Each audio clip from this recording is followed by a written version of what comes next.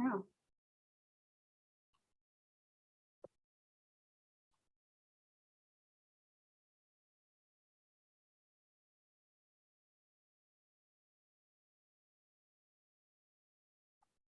Welcome to the Diversity and Inclusion on Air podcast. This podcast is a program of the American Association of Veterinary Medical Colleges Diversity Matters Initiative.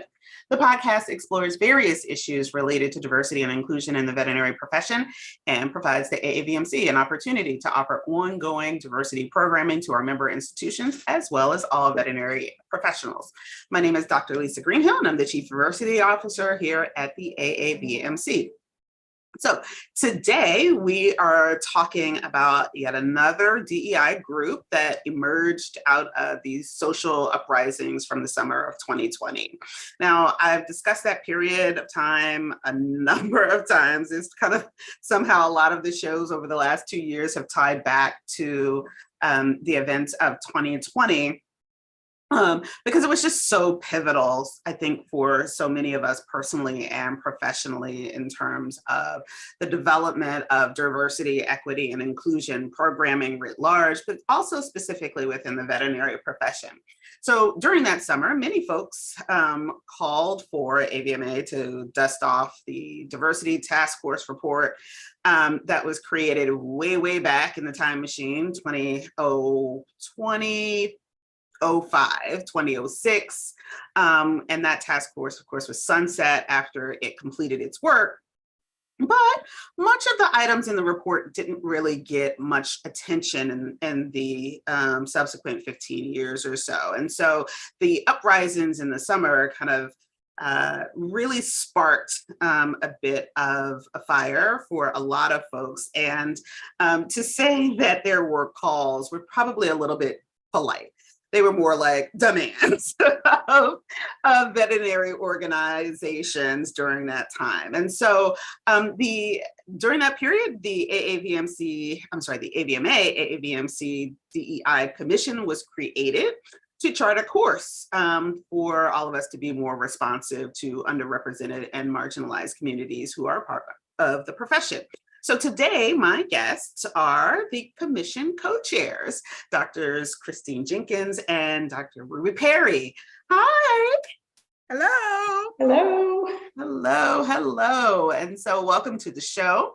As is our custom on the show, I like to give my guests an opportunity to introduce themselves and tell our viewers and listeners a little bit about who you are, how you got here, what's your background, and all of that good stuff. So Christine, we're going to start with you. Oh, thank you, Dr. Greenhill, but I'm going to refer to you as Lisa because we go back many years. So thank you for the opportunity to be here with you today with my co-chair, Dean Ruby Perry.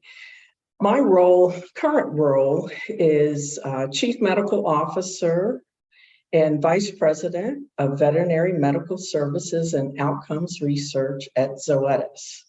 And so I am the Chief Medical Officer for our U.S. Operations Division. My work there also includes the opportunity to work closely with the colleges of veterinary medicine in the U.S. and Caribbean around key issues in the profession, including diversity, equity, and inclusion, veterinary well-being. Also, workforce challenges is a very hot topic across the profession. So I have the opportunity with other leaders from Zoetis to work closely with the profession. My passion around diversity, equity, and inclusion started actually when I was an intern at the University of Florida. When I was pre-vet at the University of Florida, they asked me to help recruit way back when at historically Black colleges and universities. So I was one of those volunteers that would go to various career days across the Southeast, trying to influence young undergraduates, in particular students of color, encouraging them to consider veterinary medicine as a profession. So my DE&I career, even though we didn't have a name for it, back then we called it minority recruitment, really started when I was in a post-bac health careers opportunity program at the University of Florida. That was a long, long time ago. And when given the opportunity with various organizations I have worked for, either as an academician in the early years, but also at the 4 companies where I have worked in the animal health industry, I oftentimes volunteer to do similar types of work. But also, as a part of my day job, I love developing strategies. So when AVMA approached me about co-chairing with Ruby to help lead the commission, it fit well into my wheelhouse of interest. So I thank you, Lisa. I am a veterinarian by training. I am a small animal internal medicine specialist, but it's been a long time since I've actually laid hands on animals that did not belong to me. So with that, Ruby, I'll hand it off to you. And thank you, my co-chair, Christine, and thank you, Lisa, for inviting the two of us to just talk about our journeys and what how we appreciate the development of the DE&I Commission. So for me, I am a Tuskegee grad, 1977. I'm currently the dean of the college and have been since 2015. My life actually started at birth, but I won't go back that far. But my journey into veterinary radiology, which is my discipline, I'm a boarded radiologist, and I remember my mentor, who was the first boarded African-American radiologist, Dr. Ellis Hall. And in his class, and when I did my internship, I came to him and I said, you know what, radiology can't be this difficult. And he said, no, it can't be. So let's do some reading. And after that, I just got inspired. I didn't want to be a radiologist. I wanted to be a surgeon. And so I went on to do my residency training at Michigan State University. Some of the DE&I experience I had there as well. My passion for DE&I began when being a product of Tougaloo, Mississippi, I lived that experience in desegregation. So we were trained at a young age, and contributing to that process and the outcome of being an activist for human rights. And so I was actively involved in that. And then part of the pathway that Michigan State had with Tuskegee University at that time which we were calling it a pipeline, but now it's pipeline/pathway or vice versa, means the same. And so I was part of that in getting students opportunities to go into specialty training. And so that's how I got started. And again, I've lived that life, and my purpose and passion around it is what I've been trained to do when I was young and been in it for a long time. And so it's a joy to serve with Christine on the DE&I Commission. And so when I was called by AAVMC, I said, well, who is the other person? And they said, Christine Jenkins. I said, well, give me a moment to have a conversation with her, because I wanted to make sure that was the case. And that was the case. And so the rest is history. And it has been a wonderful journey serving with her. So I do have to add, Lisa. Oh, yeah. I am a proud graduate of Tuskegee University, but also I am a proud undergraduate graduate of Florida Agricultural and Mechanical University here in Tallahassee, Florida. So I am a product of 2 HBCUs. And I think that our backgrounds as HBCU graduates definitely adds at least to our knowledge and experiences that hopefully we can help bring our profession along. Yes, and not only that, for those folks that, kind of side eye minority serving institutions. Hello. Right. Like, these are two amazing women in the profession. Everybody knows who they are. Like, they have left their stamp. Like, so don't side eye MSIs and HBCUs and all the others. Like, and I also want to shout out. Yes, so we also, the chat is open. We're already seeing comments. Dr. Maya Sullivan says, TU, you know. So, so Tuskegee is in the house. But I also wanted to shout out, Christine, you mentioned HCOP programming. There are not that many HCOP programs left. I think that it's just so little money.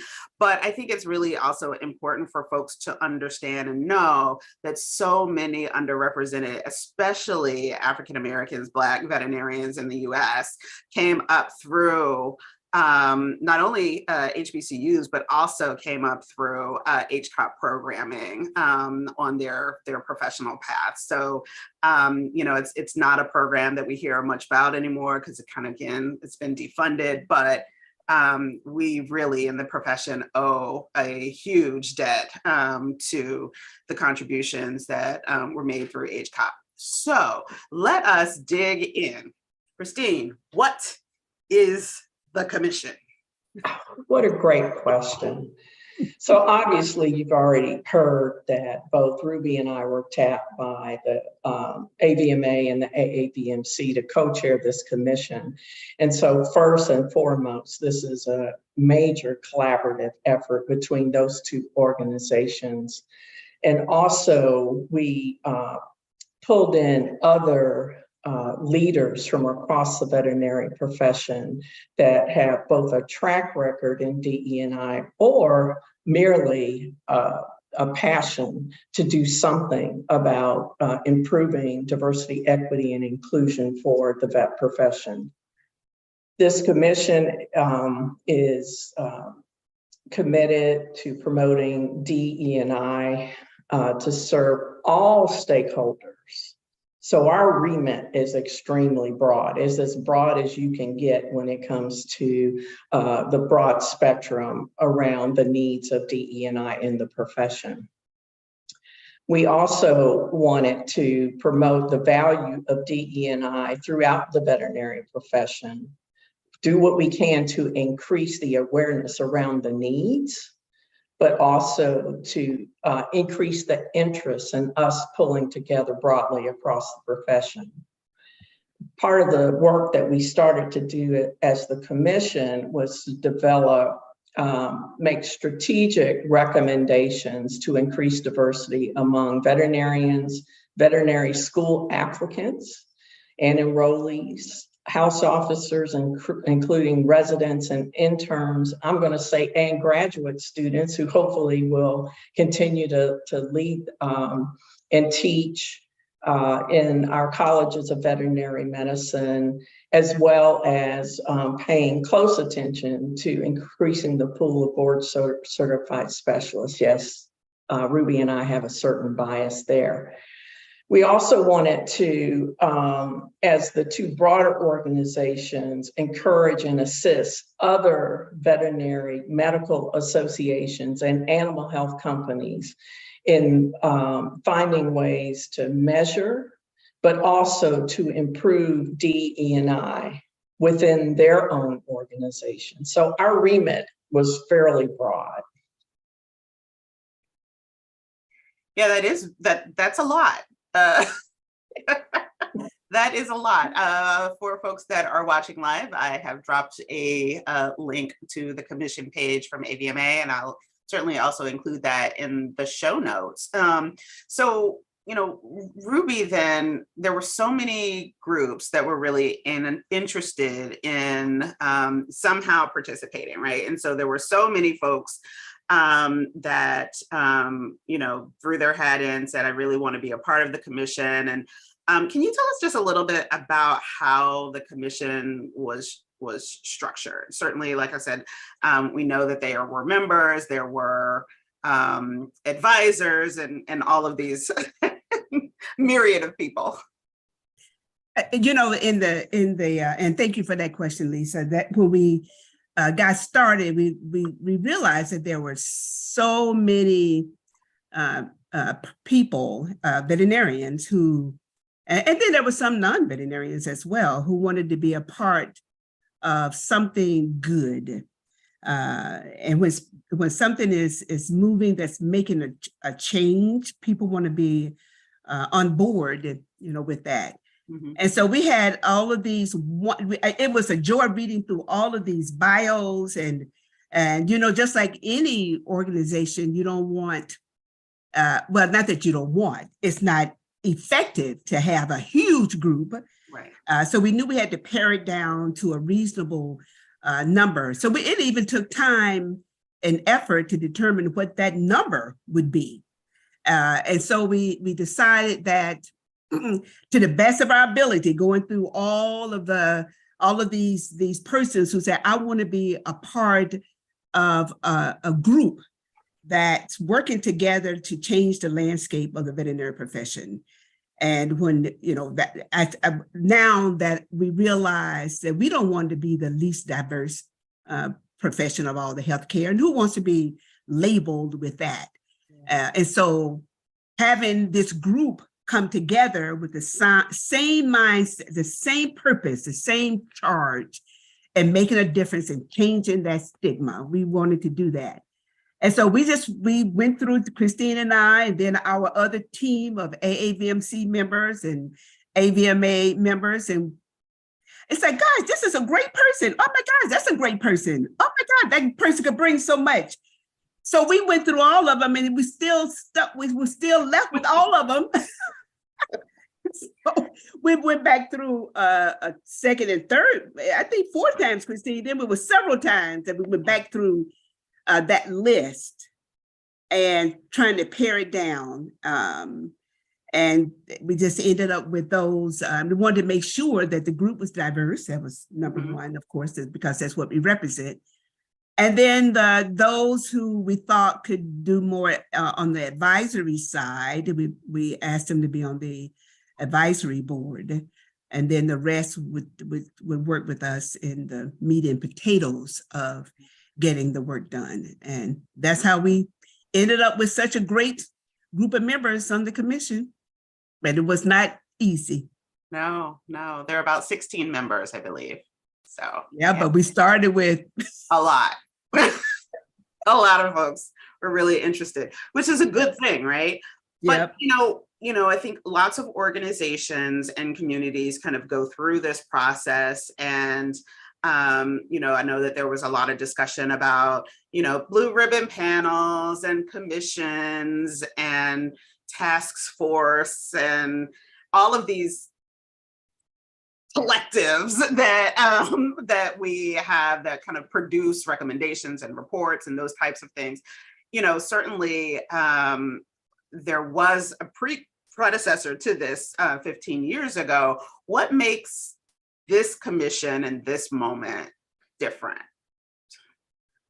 Boy, that's a tough question. And I guess if you had asked me this a year ago, I probably wouldn't have been able to come up with an answer. But I think the major difference is that we challenged ourselves to come up with an action plan that would be implemented.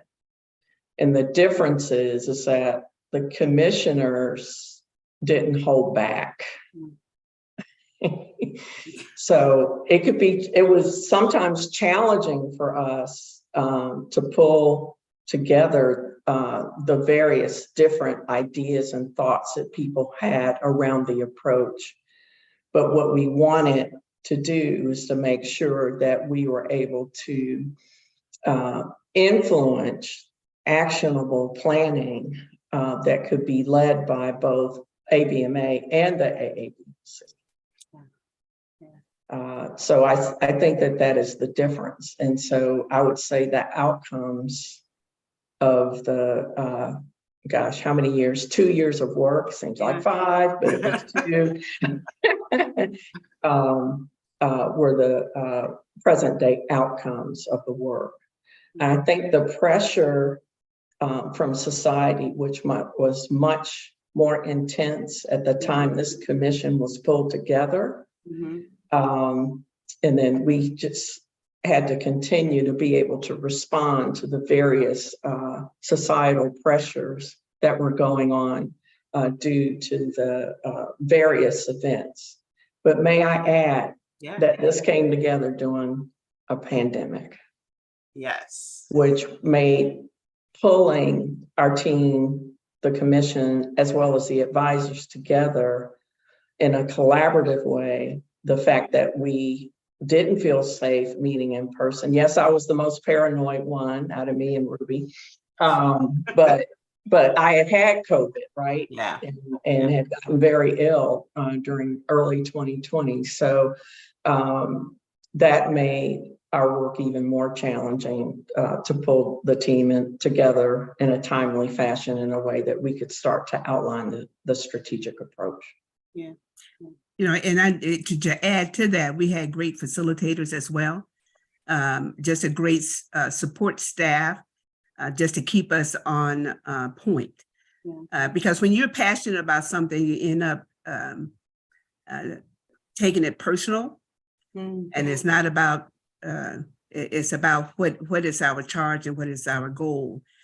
And so we wanted to make sure we stayed on task, you know, with achieving those. And it's and the stories that you hear about the different members on the team and what they bring were just phenomenal in hearing that and their stories. And so that was another great piece of this commission as well. Yeah, there was a broad kind of representation on the commission. You had some diversity, certainly about kind of where folks were in their careers. So there was, you know, some students, recent grads, and then some, you know, seasoned professionals that were out there, you know, doing things. There was corporate folks there. There were researchers there. There were just, it was a really diverse group. And I also think that, you know, it was a different time and there were lots of different pressures.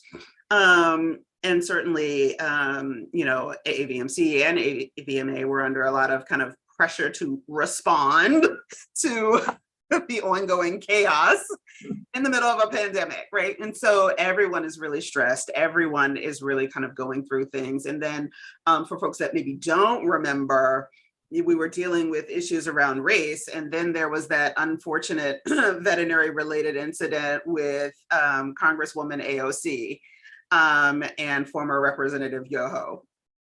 So where apparently there was some name calling. We'll just leave that there. There was some name calling, and you know, that also kind of bubbled up within the profession around issues related to gender, right? So, you know, the diversity piece certainly started out kind of those conversations about race, but to your previous point, Christine, it was a broader kind of, you know, outlook in terms of thinking about DEI. Yeah. There was a lot going on.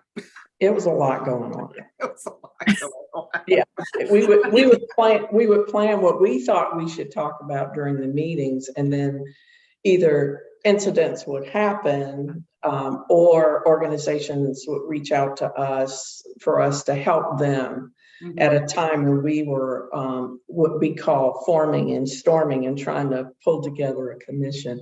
I know from a cultural standpoint, I learned a lot. You know, I thought I'm one of those seasoned leaders, right? I've led a lot of teams in various groups, but it was challenging. It was challenging, and I realized that, you know, these people don't work for me, so I can't tell them what to do, right? They didn't work for Ruby either. She couldn't tell them what to do. So we did have to find that way to pull folks together and build consensus and alignment. But I think in retrospect, it was good that we challenged each other because the issues we were facing are extremely challenging and it is not easy. Yeah. And they are all personal, right? We're talking Yes. about how people move through the world and how they show up in veterinary medicine, right? And so and we know you all love your profession, right? We love the veterinarians, and veterinarians love being veterinarians. But it was personal, right? So while the interpersonal stuff wasn't necessarily personal, these experiences that people were trying to figure out how to make sure that folks behind them didn't have to experience, that was personal. So yeah, Ruby. Yeah, I was just going to add to that too, Christine, that I learned quite a bit myself. Living the experience doesn't mean that you know the strategic platform and background, a foundation of what it takes to actually implement DE&I and now belonging in the workplace. I didn't know. After this commission, I signed up for a DE&I course, which I wanted to broaden my experience as well, just because I'm thinking, oh, well, I live this life. You have that, but when you actually, how do you roll that out into a larger group of people? How do you strategically say that this is the best way? So I didn't have that background, and that's going to lead us to an outcome, what we're going to talk about later. But that is, I learned a lot strategically around DE&I. It's not easy, but it's very much doable, very much doable. And so if you work together, making sure that you stay on course and on, and it's good to hear differences of opinions too. Mm-hmm. That's good. And that's also healthy, but you can agree and not be disagreeable. So we had a few of those challenges, but they were good. That was good. You had to learn to listen. Oh my gosh. So we're students as well in this commission. So what were some of the biggest challenges? I think initially the biggest challenge is that I think the commissioners had different ideas around the approach, but also the remit of the commission. Okay. So, and then Ruby and I had our, what we thought we had been charged to do. And so, fortunately, we could rely on AVMA leadership as well as AAVMC leadership to help keep us moving forward and on target. And so, AAVMC under your leadership, Lisa, had a more, built out strategy with a track record, right? Where all of the programming that you have implemented over the years, we are starting to see the fruits of your labor.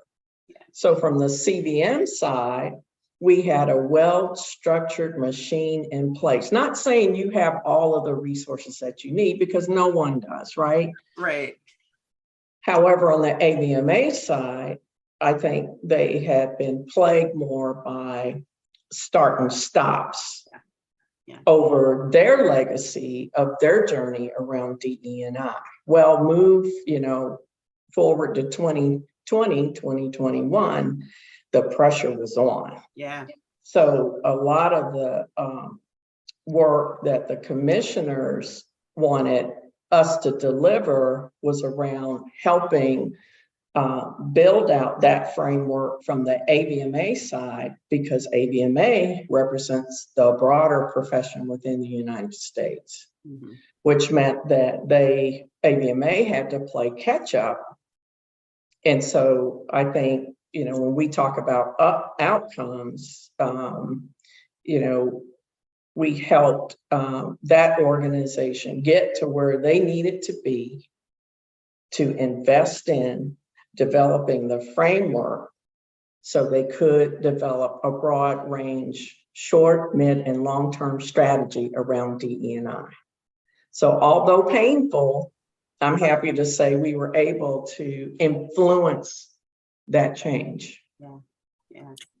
And in addition to that, another challenge was ensuring that we did not forget those who been in this DE&I space long periods of time and have made their contributions. And we did not want to end up being another document on the shelf to say, oh, we just checked the box. Yeah. We wanted to make sure that we did not fall into that area. Yeah. And again, the other, and I mentioned this before, is that when you're passionate about something, you end up, you just want to make sure that, and again, I mentioned about that, and Christine as well, is let's just stay focused. There's a lot that needs to be done, a whole lot that needs to be done around DE&I and belonging, a whole lot that needs to be done around that. We can't stop. The momentum, when you get started with a discussion and get it rolling, you get caught up in, oh my gosh, are we making a difference at all? But I'm here to say that if you look back, you'll find that you've gone further than you realize, even though it doesn't feel that way when you are in the battle. When you're in it, you don't feel like that you're making a difference, but you do. Yeah, I know. For audio listeners of the podcast, I am snapping right now because yes, it was many years before I was like, oh wait, something's happening. Oh yeah. So what has been accomplished so far? So we know that there's, one of the big goals was, of course, to have this kind of plan, right? And so the plan is, again, I dropped a link in the live chat, and it will be in the show notes. But it's a big plan. I think 5 stages, and then like short term, medium, and long. Yeah. So what happened? What was the win? Yeah. So I think the 2 most positive outcomes of the strategic proposal that we shared with the leadership of both AVMA and AAVMC started with the strong recommendation that AVMA hire a chief diversity officer with a successful track record in DE&I.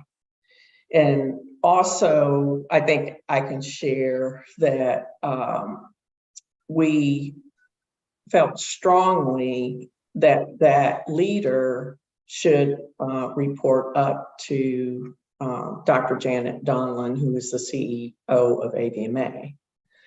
And for those of us who work for many organizations that might dabble in DE&I or commit to DE&I, we know that for DE&I strategies to work, that it has to come from the top, and it has to be built into an overall DE&I strategy.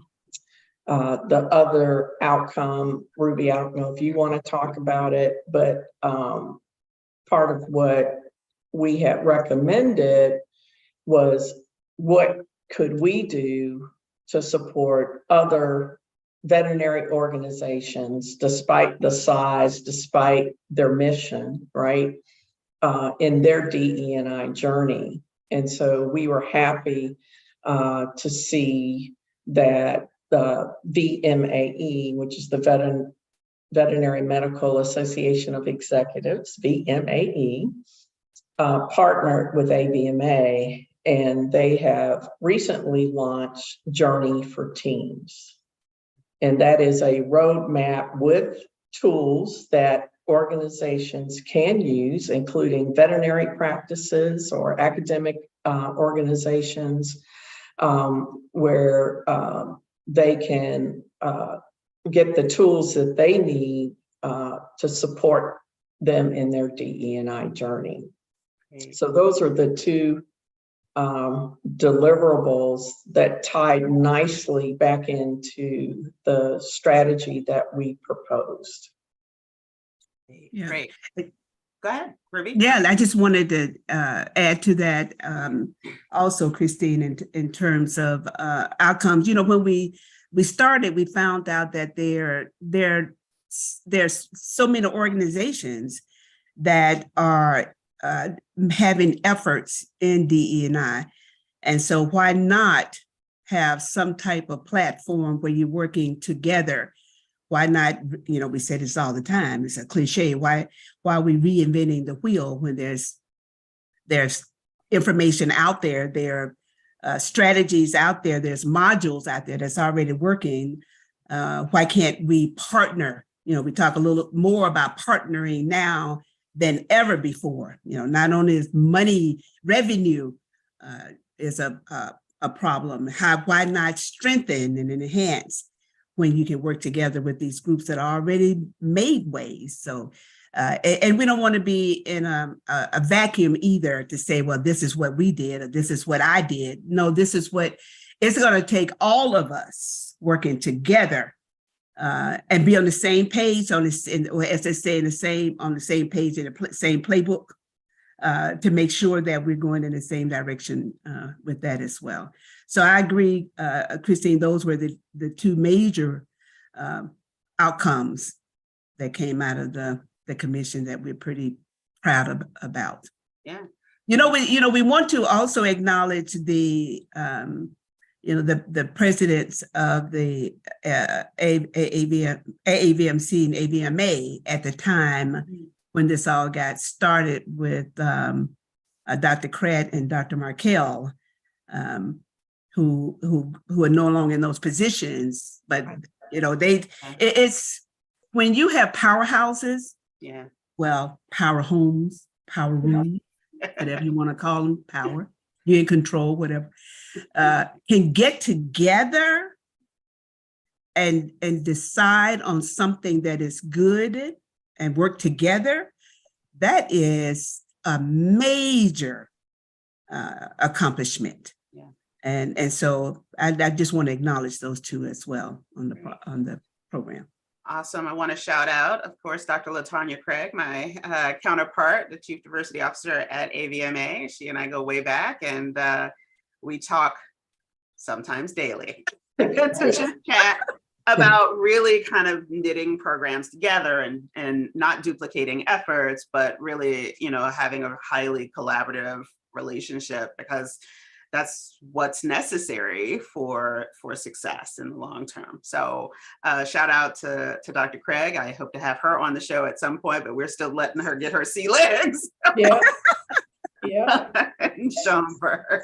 So the commission, I guess it was Monday of this week, we had the privilege of hearing the vision that Dr. Craig has, of course, working closely with the AAVMC and your team, Lisa, around implementing a robust strategy.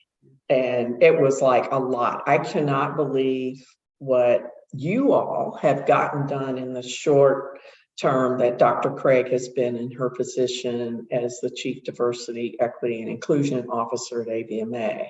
My hat's off to her. Yeah. We were flabbergasted and pleased and happy. And that was the happiest commission meeting I think we've had.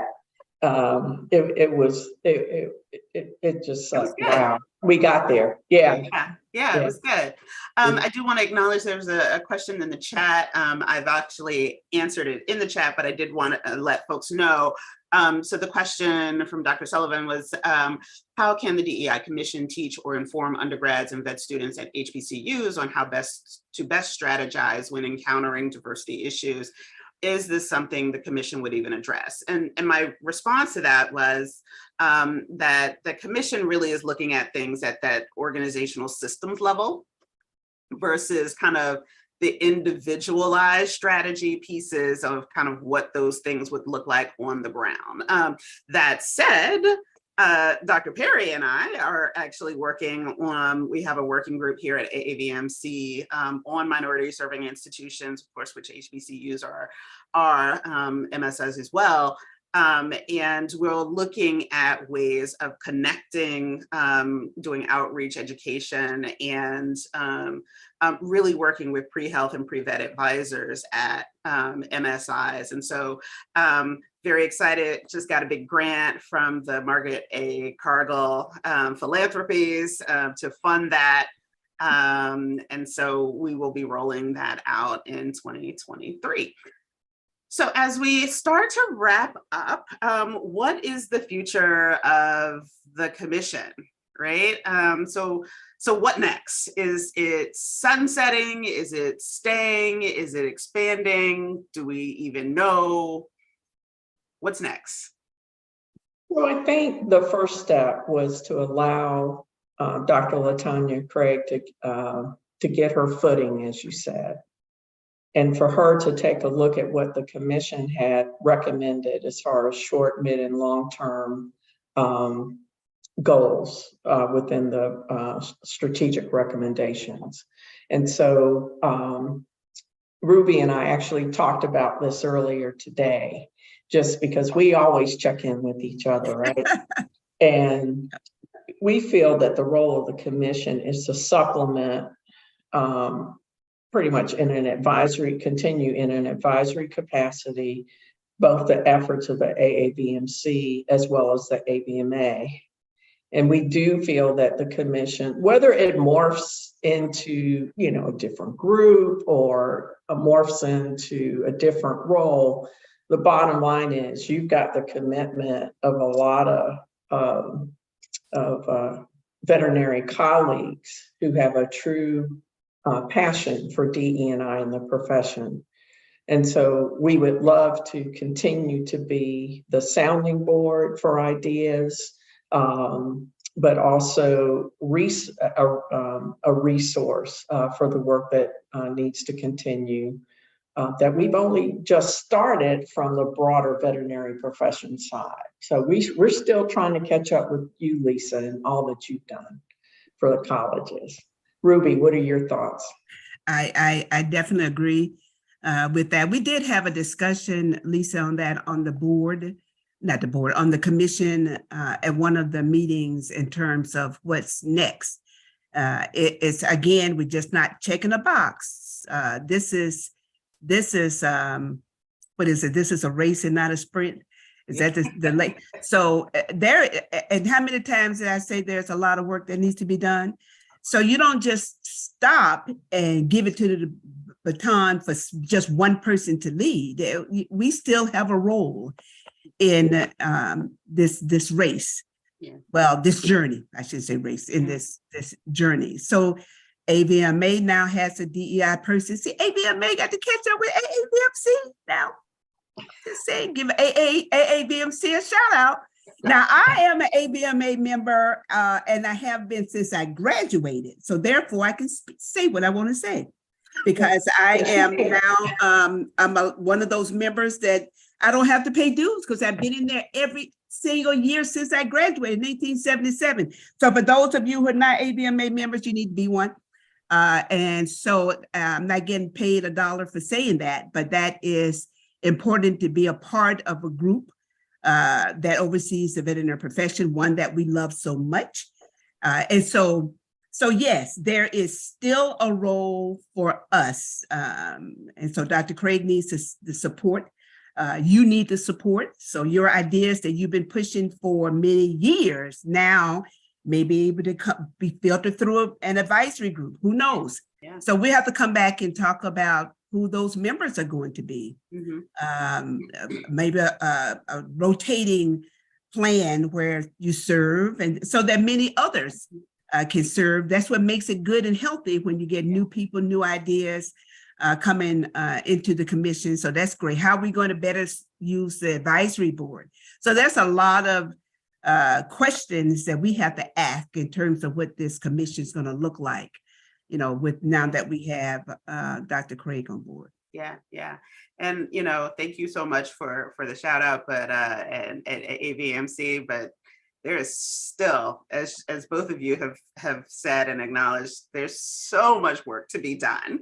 The last few years, just for me and at AVMC, I've kind of taken it back all the way back and said, you know what, we're going to focus on basic DEI education for our members with, community reads and film festivals and unconscious bias trainings and those types of things that really kind of pull people in and give them some of that new knowledge and framework, frankly, that you were talking about, Ruby, earlier, because it's like a lot of us have these, everyone has lived experiences in which they may have had a moment of marginalization, right? Or an experience with marginalization. But doing DEI work is a bit more than just leaning on that, right? You have to get to that kind of programmatic strategic level. And so there's still so much work for all of us to do. So, AVMC ain't resting. Like we're still in it. And I'm very excited to be working with LaTanya. So yeah, good stuff. Yes. And so, join AVMA so that you can be seasoned years from now and be on the 27th year of the podcast. I will not be doing this. Let me just say that. Like, we're going into year 7. And I will say, as we wrap up the show, I did not expect that we would still be doing the podcast 7 years later. I've said numerous times that I went into Dr. McCabe's office and said, hey, I have this idea. I explained it about a little bit, and he was like, "It's a webinar? No, it's this thing's called podcast." And I got this idea, and if you never hear me talk about it again, it failed. And we're just not going to talk about it. And so it's been on for how many years? 7 years. We have more than 100 episodes, and so there's a little something for everyone, but there's always new topics so for us to explore. So how do we go back and listen to some of them? So you can go to our YouTube page, Diversity and Inclusion on Air on YouTube, or you can find it on your favorite podcast app. Look it up under AAVMC. Apostrophe Diversity and Inclusion on Air. But if you search it through AAVMC on your favorite podcast app, it should be there. So okay. Yeah, we got a deep catalog.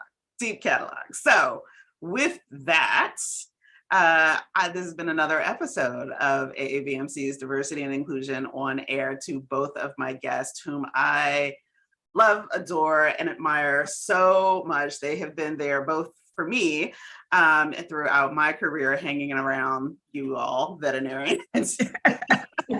I thought we made you a member. Honorary member. You're one of us now. Thank you. Now AVMA is going to send me that invoice. Yeah, but you're going to have to pay your dues. I know, right? But thank you so much to Dean Perry and Dr. Jenkins. Thank you for coming on the show and talking about this really important development in organized veterinary medicine, because it really is a big deal. So thank you. Thank you for having us. Absolutely. So be sure to subscribe to the show on your favorite podcast app.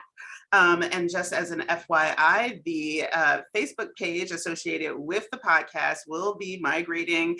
All of that content will now be available on the AAVMC's social media channels. So migrate on with that. We'll be closing down that page sometime probably before the end of the year. But don't worry, you'll still have content. Thank you so much for viewing and for listening, and we will see you next time.